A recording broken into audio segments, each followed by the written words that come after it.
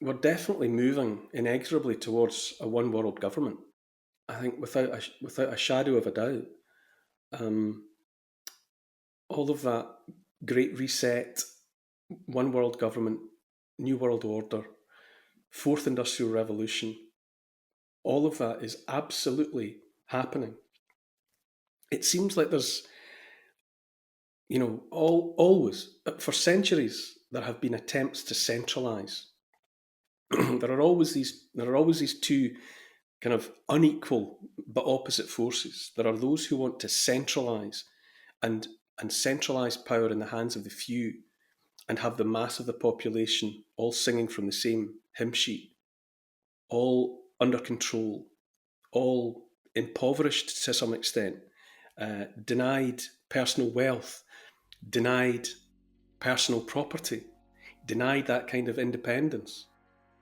There's a push at the moment towards central bank digital currencies that would give the state control over all of our purchases. They would be able to see and interfere with all of our transactions.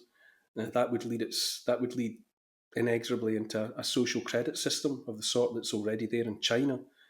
Where your ability to move, your ability to transact, your ability to speak would be determined by how good a boy or girl you had been recently in terms of your social credit. We're definitely drifting towards a centralized power. But what's interesting is the centralization has not always been the same.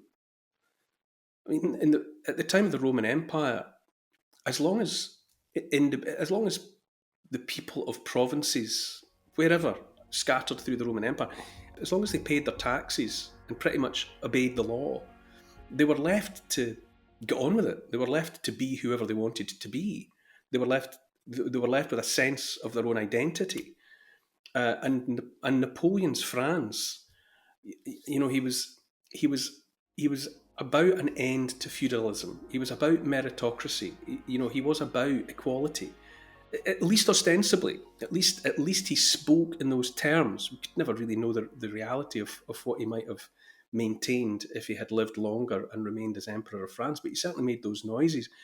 And ironically, he was being challenged in the form of three-quarters of the Seventh Coalition by autocrats who wanted serfs, who wanted feudalism, who wanted the people back under control, who wanted the people to have nothing.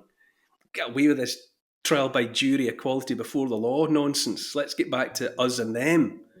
That's what they were pushing for. So although had been a centralising figure, it's a different kind of centralised Europe.